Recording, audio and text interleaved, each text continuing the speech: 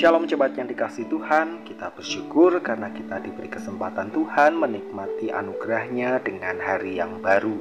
Hari ini kita akan memulai salam pagi kita dengan membaca kitab Yosua pasal yang ke-20. Berfirmanlah Tuhan kepada Yosua demikian, katakanlah kepada orang Israel begini, tentukanlah bagimu kota-kota perlindungan yang telah kusebutkan kepadamu dengan perantaraan Musa, supaya siapa yang membunuh seseorang dengan tidak sengaja, dengan tidak ada niat lebih dahulu, dapat melarikan diri ke sana, sehingga kota-kota itu menjadi tempat perlindungan bagimu terhadap penuntut tebusan darah. Apabila ia melarikan diri ke salah satu kota tadi, maka haruslah ia tinggal berdiri di depan pintu gerbang kota dan memberitahukan perkaranya kepada para tua-tua kota. Mereka harus menerima dia dalam kota itu dan memberikan tempat kepadanya, dan ia akan diam pada mereka. Apabila penuntut tebusan darah itu mengejar dia, pembunuh itu tidak akan diserahkan mereka ke dalam tangannya, sebab ia telah membunuh sesamanya manusia dengan tidak ada niat lebih dahulu, dan dengan tidak menaruh benci kepadanya lebih dahulu. Ia harus tetap diam di kota itu sampai ia dihadapkan kepada rapat jemaah untuk diadili, sampai imam besar yang ada pada waktu itu mati. Maka barulah pembunuh itu boleh pulang ke kotanya dan ke rumahnya, ke kota dari mana ia melarikan diri. Lalu orang Israel mengkhususkan sebagai kota perlindungan Kedesh di Galilea, di pegunungan Naftali, dan di Sikem di pegunungan Efraim, dan Kiryat Arba itulah Hebron di pegunungan Yehuda. Dan di seberang sungai Yordan, di sebelah timur Yeriko, mereka menentukan Beser di padang gurun di dataran tinggi dari suku Ruben, dan Ramot di Gilead dari suku Gad, dan Golan di Basan dari suku Manasye. Itulah kota-kota yang ditetapkan bagi semua orang Israel dan bagi pendatang-pendatang yang ada di tengah-tengah mereka, supaya setiap orang yang membunuh seseorang dengan tidak sengaja dapat melarikan diri ke sana dan jangan mati dibunuh oleh tangan penuntut tebusan darah sebelum ia dihadapkan kepada rapat jemaah. Segera setelah Israel mendiami Kanaan, Tuhan kembali memerintahkan melalui Yosua untuk memilih kota-kota perlindungan. Kota ini ditujukan bagi orang-orang yang dengan tidak sengaja telah menghilangkan nyawa sesamanya. Mereka perlu dilindungi dari si penuntut tebusan darah yang mengejarnya agar ia tetap selamat.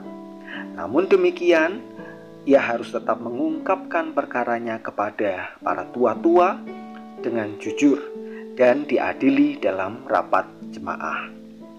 Kota-kota perlindungan diperlukan karena dalam hukum kuno berlaku mata ganti mata, gigi ganti gigi. Dengan demikian, nyawa ganti nyawa. Keluarga yang marah karena anggota keluarganya mati di tangan orang lain berhak mengutus penuntut tebusan darah atau membalaskan apa yang ia alami. Namun demikian, kota perlindungan disediakan bagi mereka yang dikejar oleh si penuntut tebusan darah jika memang perbuatannya terjadi tanpa disengaja. Saudara-saudara yang kasih Tuhan, dari teks ini kita belajar dua hal. Yang pertama, mari kita belajar untuk lebih berhati-hati dalam berbuat segala sesuatu. Jangan sampai dengan apa yang kita lakukan, meskipun tanpa disengaja, justru kita merusak tatanan kehidupan, khususnya merugikan sesama kita. Bagaimanapun juga, kita bertanggung jawab untuk memelihara dan menjaga relasi dengan sesama melalui perbuatan kita. Yang kedua, di pihak sebaliknya, ketika kita dirugikan oleh sesama, janganlah kita menjadi terburu-buru dikuasai amarah atau dendam. Mari kita jaga hati kita dari dorongan untuk membalas perbuatan orang lain, sekalipun dengan kata setimpal.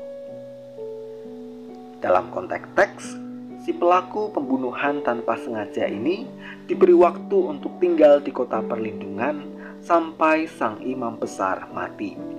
Itu adalah waktu yang cukup lama.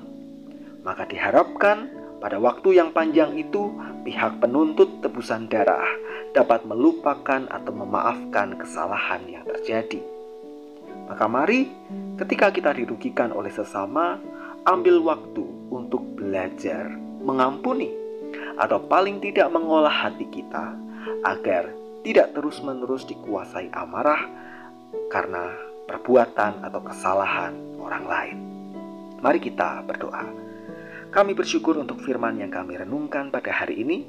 Tolonglah kami Tuhan agar kami lebih berhati-hati dalam berbuat atau tindakan kami. Demikian pula kami belajar untuk mengampuni setiap orang yang tanpa sengaja maupun dengan sengaja bersalah kepada kami. Kami menyerahkan aktivitas kami sepanjang hari ini. Mohon Tuhan memberkati kami. Di dalam nama Tuhan kami Yesus Kristus kami berdoa dan bersyukur. Amin.